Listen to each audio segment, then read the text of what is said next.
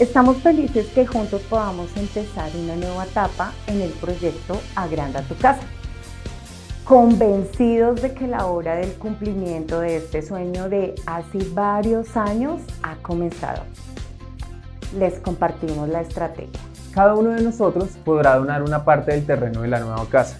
A medida que recibamos sus donaciones, pasaremos de un plano en blanco y negro a un plano completo a color. Cuando veamos el plano completamente a color, significa que alcanzamos la meta de 300 millones de pesos, correspondiente a la cuota inicial de nuestra casa. ¿Cómo participar? Toma una de las llaves del color que prefieras. Cada una corresponde a un valor diferente. Al mismo tiempo, recibirás el kit Agranda tu Casa. Vincúlate. Escribe por fe tu compromiso y las fechas en que podrás alcanzarlo. Recuerda que la fecha límite para cumplir con tu compromiso es el 31 de diciembre de este año. Por último, cuando realices tus donaciones, informa al área de contabilidad de la iglesia. Estamos seguros que los participantes de este proyecto podrán recibir 100 veces más de lo invertido. Les bendecimos. En la casa de Dios.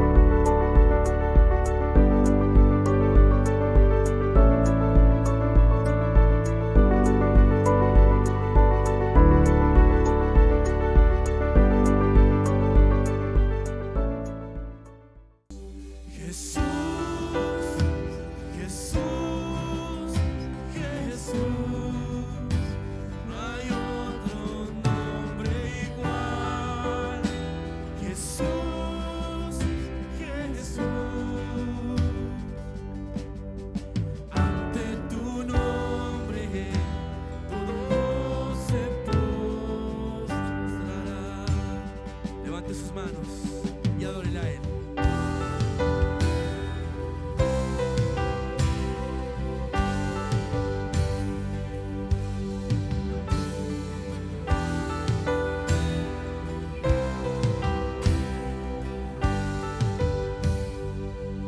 Desde tiempos antiguos cumpliste su plan, Cordero perfecto.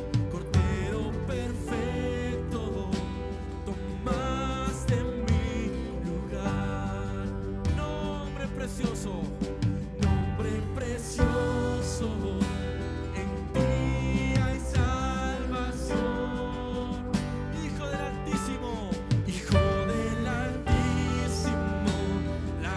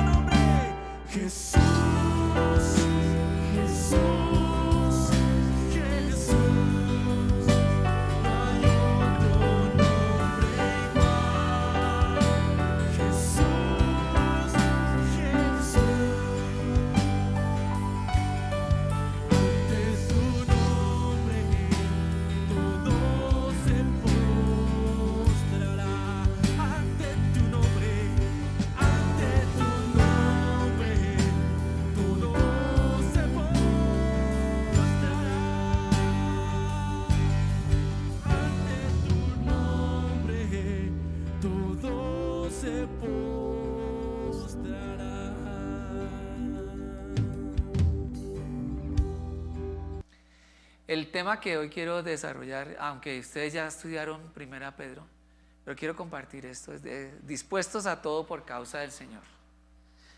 Y está en Primera de Pedro 3, del 13 al 22. Y quiero decirles que, ¿por qué esto? Porque tengo mucha preocupación por la situación que estamos viviendo como iglesia en estas épocas. Pero no es solamente esta época, sino lo que pasa en el mundo entero y lo que ha pasado a través de la historia. ¿Cuántos de ustedes conocen la historia de la iglesia evangélica en Colombia? Que hayan leído o hayan sabido algo de la iglesia evangélica en Colombia. ¿Hay alguno que sepa? Ok, gracias a Dios. ¿Algunos? La iglesia ha sido perseguida, desde el principio ha sido perseguida. Primera de Pedro es una carta que habla de la persecución. Pero tengo un testimonio de un misionero que contaba su experiencia de haber visto un camión llegar con muchos cadáveres a la plaza pública del pueblo donde él estaba. Y él se acercó al soldado y le preguntó quiénes eran esas personas muertas en ese camión. Y el soldado dijo: son esos desgraciados cristianos evangélicos. Y en el principio del siglo XX y en mediados del siglo XX, ser evangélico era una deshonra. Eso era para los campesinos, la gente ignorante que no sabía nada, y así se catalogaba al evangelio aquí en Colombia, como si el campesino no fuera persona y no tuviera inteligencia. Mi papá es campesino, mi mamá es campesina, y yo no creo que mis papás no sean inteligentes, yo creo que sí. Y muchos de nosotros tenemos trasfondo campesino. Y el problema de la gente es catalogarla y juzgarla de acuerdo a los criterios que pensamos que son los más altruistas y más altos. Y no pensamos en las personas, como quienes son. Y Dios nos creó a nosotros. El libro de Primera de Pedro es un libro que se enmarca en un contexto de persecución por la fe, ¿sí? Donde muchos han tenido que emigrar de su propio lugar de vida, de su propia tierra, y enfrentar culturas nuevas y hostiles. Y el pasaje de hoy, el apóstol Pedro aporta a los hermanos perseguidos una voz de aliento, una voz de ánimo en medio de la situación del dolor. Tenemos luchas, complicaciones entre nosotros. Muchos de ustedes están en una situación posiblemente complicada. Todos vivimos la vulnerabilidad.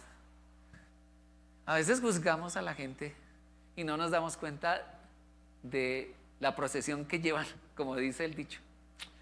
Por eso quiero dividir este pasaje en dos partes, para que nosotros tengamos una visión de lo que Pedro quería expresarle a estos hermanos y decirles que hay algo importante en la palabra que nos ayuda, la palabra del Señor. Miremos, la primera parte está en Pedro 1, del 13 al 17.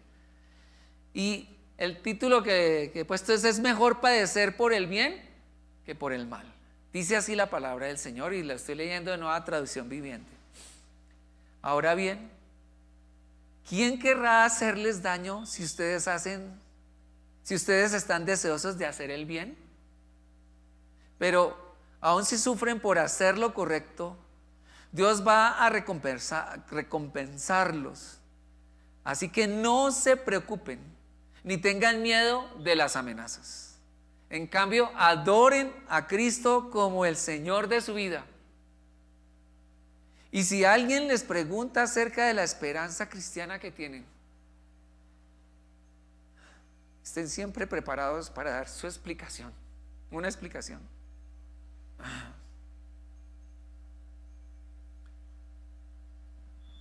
Pero háganlo con humildad y respeto.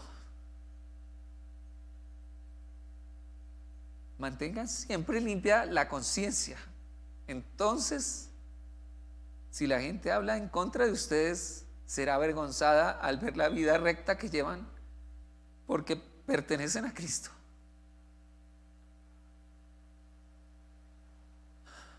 recuerden que es mejor sufrir por hacer el bien. Si eso es lo que Dios quiere, que sufrir por hacer el mal. Sí hay amenazas, sí hay persecución. Pedro no está incentivando a los cristianos al martirio, ni a decir, ay, háganse los mártires. No. Hay pruebas, hay situaciones que nos complican la vida, pero los anima a reflexionar en que la persecución es injusta, pero nuestra causa es noble, es trascendente, es importante. El cristiano debe confrontar el sufrimiento con altruismo, como lo dice el versículo 13 y 14. El cristiano confronta el mal con el bien. Pedro empieza este pasaje haciendo una pregunta. ¿Cuál es la pregunta? ¿Qué dice? ¿Qué dice la pregunta, hermanos? ¿Ah? ¿Quién qué? ¿Quién es aquel que ustedes, viendo hacer el bien, hacen mal? Ese es el primer pensamiento. Es como pensar, o sea, pensemos, ¿cómo es posible que tú ves a una persona que hace el bien y otro esté interesado en hacerle el mal? ¿Por qué? ¿Por qué eso? ¿Qué pasa? Y entonces él dice, ¿quién les podrá hacer daño a ustedes si ustedes hacen el bien? O sea, debería suceder esto. Cada persona que hace el bien deberían más bien bendecirla, ¿cierto? Y ver las cosas. Pero cuando ustedes ven que esa persona hace el bien y alguien está interesado en hacerles daño, no sé si les ha pasado en la escuela, en el colegio, en la universidad, en el trabajo. Haces bien las cosas y los envidiosos y los inicuos quieren dañarte. ¿Te pasa eso? ¿Y cómo es posible que quiénes son ellos para hacer eso? O la otra pregunta, podríamos cambiar la pregunta diciendo, ¿quién podrá tocarles a ustedes en su relación con Dios? ¿Quién va a tocar tu relación con Dios? Que esa es la cosa que a veces confrontamos y es lo que les estoy diciendo. Cuando enfrentamos algo difícil, algo que nos duele, mi relación con Dios se va a perder. Ya no quiero ser cristiano. ¿Cómo es eso? Dice en Romanos 8:31, si Dios es por nosotros, ¿qué significa eso? Que yo tengo una confianza en Dios. Esta pregunta que hace Pedro es una pregunta que nos desafía a meditar que aunque la persecución sea injusta, nuestra causa es justa, aunque suframos. Porque nuestro deseo es hacer el bien. Y esto es clave en nuestras vidas, hermanos. Nuestro deseo debe ser hacer el bien. Y a muchos nos pasa que cuando nos dicen algo y nos molesta, queremos ahorcar a esas personas. Quisiéramos darle un golpe, una patada, no sé. Brota esa rabia dentro de nuestro ser, pero Pedro está diciendo, no hagan eso. En capítulo 2, versículo 12, Pedro exhorta a los creyentes a vivir vidas ejemplares en la sociedad para que los adversarios observen las buenas obras de los creyentes y glorifiquen a Dios. Ahora Pedro está diciendo y colocando esa situación de hacer el bien en medio del sufrimiento. Miren, los cristianos a los cuales Pedro les escribió están saliendo de su casa, de su tierra, se han ido a otro lugar, están viviendo cosas difíciles, cosas duras. Siempre que uno es extranjero hay xenofobia. Lo tratan a uno mal, le dicen, ¿usted por qué se vino de su país? Váyase a su país. Así le dicen a uno. Dice, ¿usted para qué viene aquí? Este no es su país. y es complicado, y ellos vivieron eso. Y por eso Pedro les dice que Dios sabe resguardar al creyente de las causas externas que ocasionan su sufrimiento y permanece junto a esas personas para apoyarles, para que hagan lo bueno.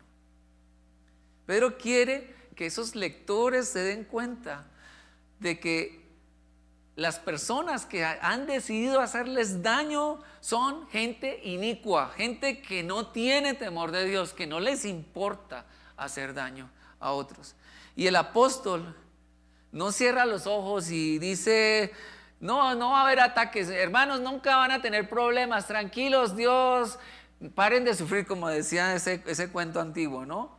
No, Dios no se olvida de sus hijos, pero no quiere decir que no vayamos a pasar por situaciones difíciles y complicadas. No esperemos que porque yo soy hijo del rey, o yo soy cristiano, yo soy el hijo del Señor, no me va a pasar nada. Sí te va a pasar algo, pero tu relación con Dios debe permanecer. Como dice el versículo 14, el cristiano sufre por lo que es correcto. Pedro no está descartando el momento de esa persecución, pero dice algo importante, dice que va a ser bendecido. Dice la palabra que utiliza en el griego es makairos, y que significa bienaventurado, bendito, feliz. Dios te va a recompensar porque tu vida es consistente con la palabra. Reiterativamente Pedro está enfatizando que sufrir se debe sufrir por la causa correcta, ¿sí? No sufrir por hacer el mal, sino por la causa correcta. Por eso dice él, no hay razón para que tengan temor y ansiedad, para que tengan esa situación de pensar que van a recibir daño. No teman lo que ellos temen, les está diciendo Pedro en realidad. Y esta bienaventuranza se relaciona con la que dijo el Señor: bienaventurados los que son perseguidos por causa de la justicia, porque de ellos es el reino de Dios, en Mateo 5:10. Hermanos, es la actitud de nosotros. Por eso dice: estad siempre listos para responder, estén siempre listos para dar una explicación, una defensa de su conocimiento de que Cristo es el Señor de tu vida. Aquí no es una cuestión de religión o de una posición política o religiosa, lo que sea. ¿Quién es el Señor de mi vida? Jesús es mi Señor. Eso es lo que yo tengo que explicarle a la gente. No es mi religión, no es mi posición religiosa, no es porque voy a una iglesia y allá. Ese no es el punto. El punto es cómo defiendo mi fe. Esta palabra que utiliza ahí es apología, apologeta. ¿Cómo me vuelve? El cristiano debe ser un apologeta, debe ser alguien que sabe presentar la defensa del evangelio. Esto debe ser una condición tanto de la mente como del corazón. La defensa de la fe debe ser inteligente y clara, lo dice Pedro. Tal defensa debe mostrar la esperanza que tenemos. Nosotros los creyentes, a la gente, el pasado, el presente, el futuro, quien sea. ¿Saben? La mente del mundo hoy en día, el mundo en que vivimos, está congestionado totalmente. Tiene una mente impresionante que tenemos que enfrentar y confrontar. ¿Cuántos de nosotros estamos compartiendo nuestra fe o tenemos miedo de decir soy creyente, soy cristiano? ¿Les da miedo? Hay jóvenes que les da miedo decir que son cristianos en la universidad, en el colegio. No quieren. Hicieron una encuesta, unos misioneros en Latinoamérica, y la encuesta la contestaron 2,000 hijos de pastores. ¿Y sabes cuál era la situación común de las respuestas de ellos respecto a la iglesia? Que no quieren la iglesia. ¿Por qué? Si son hijos de pastores. ¿Qué pasó? ¿Los pastores son malos? Es que es posible que haya una situación y tenemos que mirar lo que está pasando en el mundo y lo que es la iglesia hoy. Eso es una preocupación mía. ¿Qué es lo que somos? ¿Quiénes somos? ¿Qué estamos reflejando al mundo? Dice Pedro que deberíamos reflejar a la gente la verdad auténtica. Y este doctor que me vino a mirar me dice que esos pastores son, o sea, no quiero decir lo que él dijo, pero me parece tremendo lo que él me decía. ¿Por qué los jóvenes no comparten su fe? ¿Qué piensan ustedes? ¿Por qué? ¿Están claros en lo que es la fe? ¿Están claros en entender? Miren, esta semana yo me encontré con un chico, un joven. Bueno, no sé si para algunos ya no será joven, 25 años es joven. ¿Sí? Yo lo vi, yo lo conozco desde que es un bebé. Es una persona cercana a mí. Y hace unos meses dijo, soy gay. Soy gay. Ya no aguanto más, tengo que decir lo que soy. Y para mí fue un choque tenaz. Porque es alguien que yo conozco, que amo, que quiero. Y yo le hablaba y le escribí, pues yo le hablaba, no, le escribí por WhatsApp, a veces por Zoom, porque yo en Panamá, él aquí. Estando aquí pude hablar con él. Yo le escribí una cosa y él no me respondió. No sé si ustedes estén de acuerdo conmigo o no estén en desacuerdo, pero esto fue lo que yo le dije. Una persona que está en esta perspectiva de género, en estas ideas de la perspectiva de género, están haciendo unos cambios impresionantes al mundo y cambiando las leyes. Y ellos están yendo de creer en Dios y en un momento van a llegar a ser ateos. Eso fue lo que yo le dije. Tú vas a llegar a ser ateo. Y me dijo, no. Él va a la iglesia. Él cree en las cosas de Dios, pero él no cree que Dios esté en contra de lo que él está haciendo. Y yo leo la palabra y yo sé. Porque en Romanos capítulo 1, versículo 18 en adelante dice que el hombre cambió, ¿sí? El uso natural de la mujer y se encendió en su lascivia hombres con hombres cometiendo toda clase de extravíos y se encendieron en su lascivia hombres con hombres. Tú miras eso, tú miras una cantidad de pasajes que habla la Biblia. Hoy en día encontramos la Biblia inclusiva, que han cambiado y han puesto otras cosas dentro de la Biblia para decir que es la Biblia inclusiva para que los creyentes crean y tomen la perspectiva de la inclusión, porque hay que incluir a todos. Eso se llama la tolerancia y esto es lo que el mundo hace hoy en día. No sé si estén de acuerdo conmigo, pero la posición de la palabra para mí es así. Dios hizo varón y hembra. ¿Sí o no? Y fuera de eso, hay cosas que se están cambiando en el pensamiento porque la gente no sabe cómo responder. Les pongo un ejemplo. ¿Cómo se llama esto? ¿Un atril? Es redondo, ¿cierto? ¿Cómo así? No es redondo. Esta mesa es cuadrada, ¿no? ¿Cuál es la realidad? Rectangular, circular. Eso es real, ¿cierto?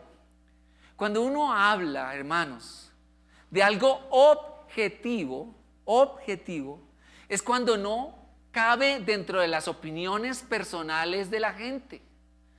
Las cosas objetivas no tienen que ver con opiniones o criterios personales o de personas, sino que entran dentro de la realidad. Yo no puedo decir que este es este es un cuadrado circular. No existe, puedo decirlo, ¿cierto? Pero no es real. Yo puedo decir que esta mesa es un círculo cuadrado. Puedo decir eso, pero no es real. No está dentro de la realidad. Entonces estamos cambiando los conceptos reales por opiniones. Y eso es lo que está haciendo la perspectiva de género. Está poniendo algo que es real, que es sexo masculino, femenino. Dios hizo eso, que no tiene que ver con opiniones, y por eso no se habla de sexo, sino de género, para poder dar una perspectiva, un pensamiento. Es porque a mí me gusta, como decir, a mí me gusta el limón, pero a ti no te gusta el limón. No hay problema, porque es una cuestión de gusto, eso es subjetivo, eso se llama el subjetivismo. Cuando tú tomas tu concepto subjetivo de la cosa, porque es tu opinión y nadie te puede decir, ¿por qué no le gusta el limón? Es una cuestión de gusto. Pero cuando las cosas son reales y están dentro de la realidad, no tienen que ser subjetivas, sino. Y por eso los valores cristianos son absolutos y entran dentro de la realidad. Otro ejemplo es lo que pasa con los jóvenes, ¿sí? Que quieren ser todavía adolescentes y no quieren crecer. ¿Saben qué pasa? Hay una brecha que se está ampliando en esta época entre adultos y jóvenes. Porque a nosotros los adultos nos gusta el respeto. Nosotros consideramos el respeto y la lealtad como valores muy importantes. ¿Sí o no? Amén. Pero los jóvenes, para ellos lo importante es la autenticidad. La autenticidad. Por eso les expliqué lo de esto que hicieron con los hijos de pastores. Entonces hay un conflicto, porque el adulto dice, a mí me respeta, yo soy su papá, yo soy su mamá, yo soy su abuelo, yo soy no sé qué. Y los jóvenes, yo no quiero eso, porque usted lo que dice no lo hace, no lo cumple. Entonces, él quiere que sus padres, que las personas adultas se comporten auténticamente, no solo con lo que hablan, sino con lo que viven. Por eso hay jóvenes que les disgusta eso. Y más aún, se habla de la tolerancia, que es lo que estamos hablando. ¿Cuán tolerantes nosotros somos cuando vemos a un chico con tantos tatuajes en el cuerpo? Usted no se me va a hacer tatuajes, ¿no? Y el chico, yo quiero hacerme un tatuaje. ¿Por qué quieres hacer? No, porque está de moda, ¿no? Y es la lucha que hay en las familias cristianas. Algunos dicen, bueno, ¿han visto pastores con tatuajes? ¿Sí o no? ¿Sí? ¿Y qué piensan? ¿Está mal o está bien? Yo no tengo tatuajes. Por el momento no me he hecho ninguno. Pero yo tengo un profesor de seminario que tiene tatuajes. Una iglesia le regaló un tatuaje.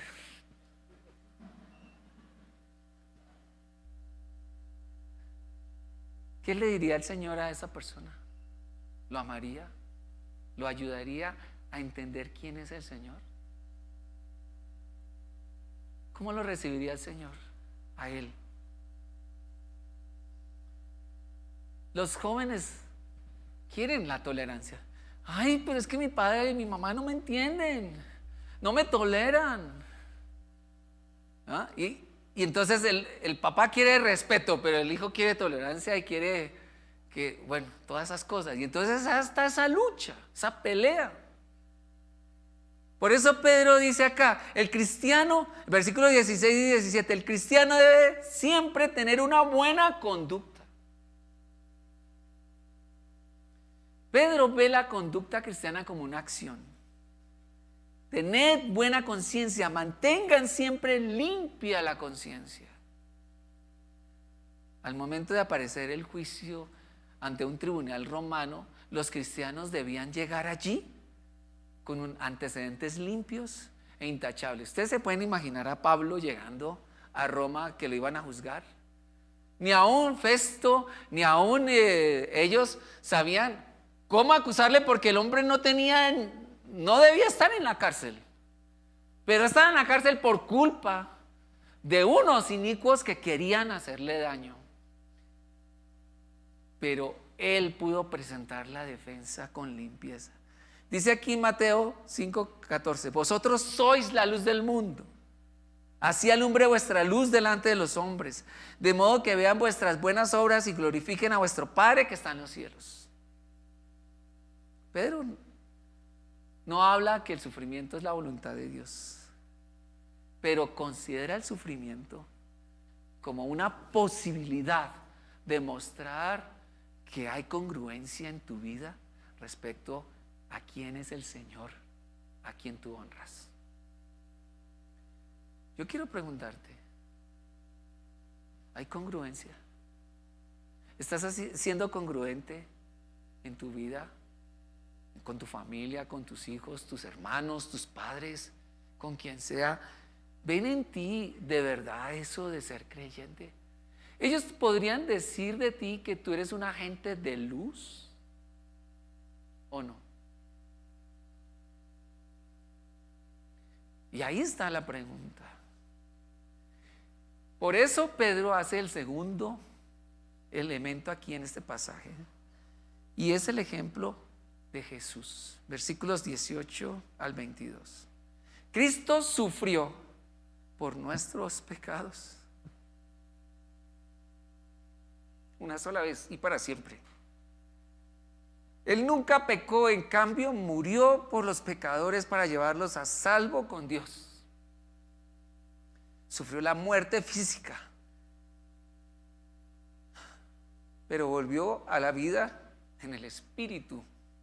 Por lo tanto, fue a predicarles a los espíritus encarcelados, esos que desobedecieron a Dios hace mucho tiempo, cuando Dios esperaba con paciencia mientras Noé construía el arca. Solo 8 personas se salvaron de morir ahogadas en ese terrible diluvio.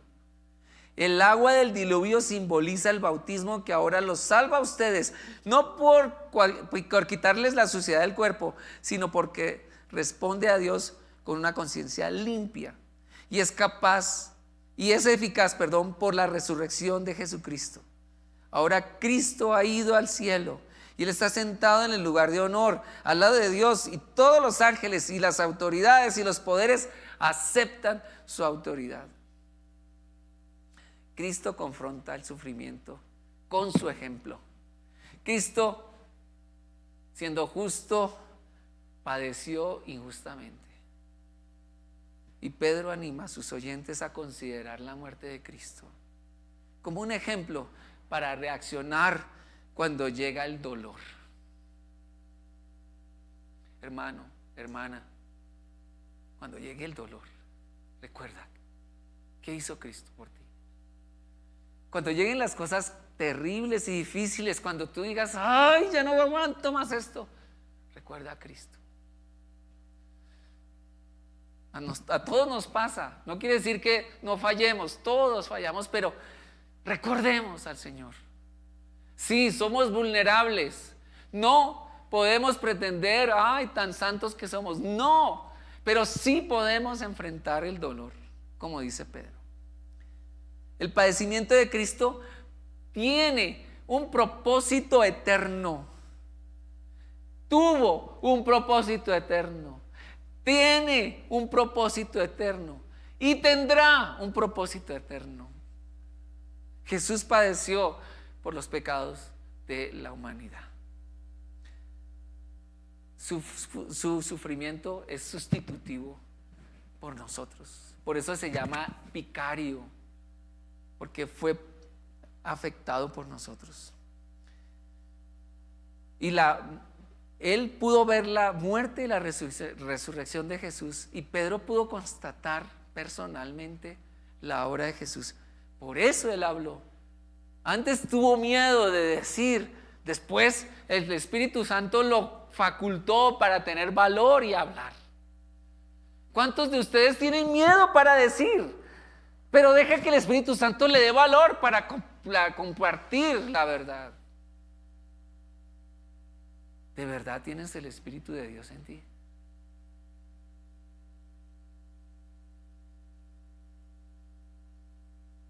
¿Saben?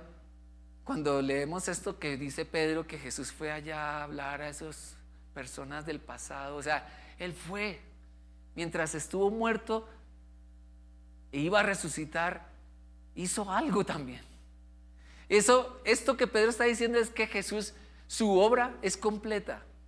Ayuda a todos, pasado, presente y futuro, a toda la gente, a toda la humanidad. No es tan fácil estudiar estos pasajes, estas partes del pasaje, pero Jesús fue al Seol, al Hades, a ese lugar intermedio para hablarle a esta gente que Él hizo una obra, que su victoria es una victoria para todos y que en medio de las situaciones difíciles tenemos la victoria de Cristo. Jesús dijo: tened fe, yo he vencido ¿a qué? Al mundo. Aquellos que no creyeron necesitaban escuchar de parte del Salvador esa esperanza. Saben, yo he predicado, yo he aconsejado personas y he visto muchas personas que dan testimonio, pero algunos lo hacen consciente y otros inconscientemente, y algunos lo hacen para hablar de su religión o de su iglesia o de su denominación, y no siembran el amor de Dios a otros en realidad. La gente no ve en eso respeto y reverencia, ve más bien religiosidad. Otros son tan dogmáticos y todo eso que espantan a la gente diciéndole cosas. Si varios chicos con cabellos rojizos, verdes, azules, amarillos, violeta vienen aquí a la puerta de esta iglesia, ¿qué haríamos con ellos? Les diríamos: oiga, aquí no caben los de cabello verde, ¿sí? ¿Será así?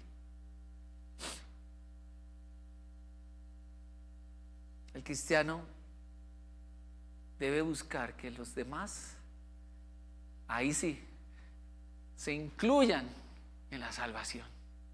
Incluyamos a los que necesitan esa salvación, ¿ok? Vamos a reflexionar para terminar en algunas preguntas respecto a nuestra propia vida.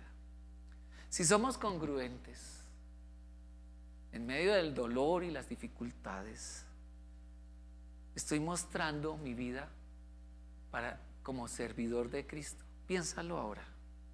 Ora, dile al Señor: Señor, sí, yo tengo mi situación, mi dolor. Pase lo que pase, Señor, yo quiero mostrar una vida que es congruente con lo que digo y lo que vivo. Estoy dispuesto a vivir y a mostrar a Cristo en lo que vivo en medio de esta generación perversa y maligna, a personas diferentes a mí. No quiero mi comodidad. Señor, ayúdame a ser tu testigo, humilde, cueste lo que cueste. Señor, tú me has mandado a ir y a ser discípulos. Y no quiero pretender que la gente venga simplemente a la iglesia porque sí. Quiero que me ayudes a ir y hablarle a esa gente en forma auténtica, no solo en la iglesia, sino en todo lugar. Que nuestros hijos nos vean con fe auténtica, Que mis padres me vean con fe auténtica. Que mis hermanos, que la gente a mi alrededor me vea con fe auténtica. Que nuestras generaciones que enfrentan esta oscuridad vean la luz del Evangelio en nuestros hogares, que son ejemplo de la verdad. Esto te lo pedimos, Señor, en el nombre de Jesús. Amén.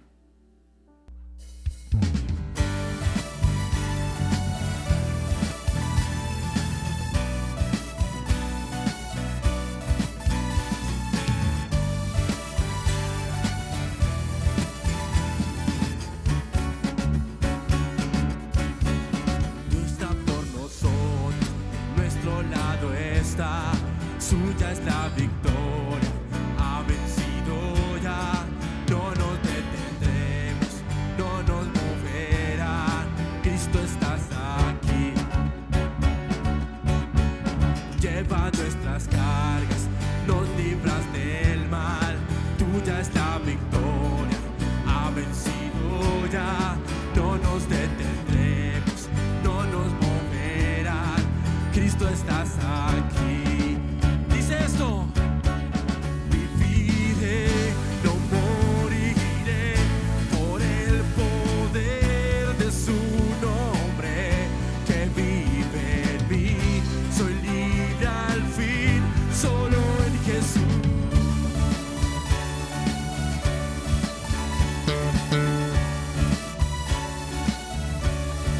Lleva nuestras cargas, nos libras del mal. Suya es la victoria, ha vencido ya, no nos detendremos, no nos moverán, Cristo estás aquí, viviré, viviré, no moriré, por el poder de su nombre que vive en mí, soy libre al fin, solo en Jesús.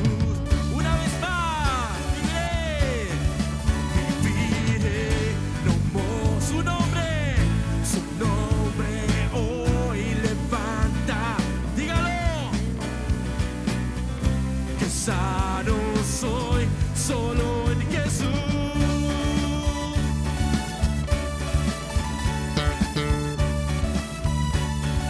Acompáñenme con sus palmas aquí.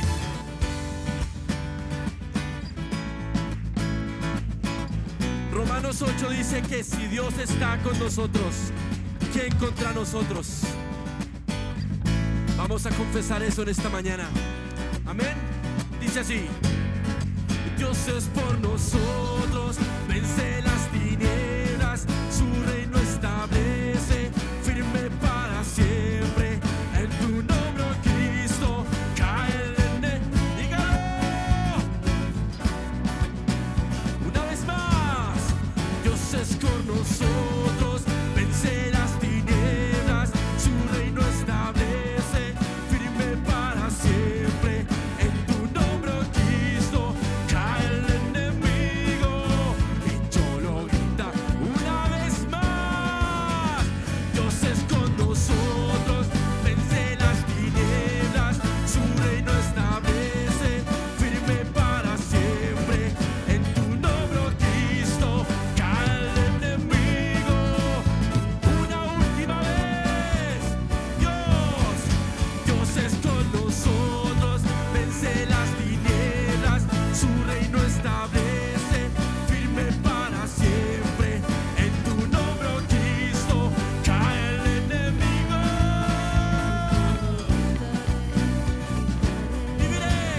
Viviré, no moriré, por el poder de su nombre que vive en mí.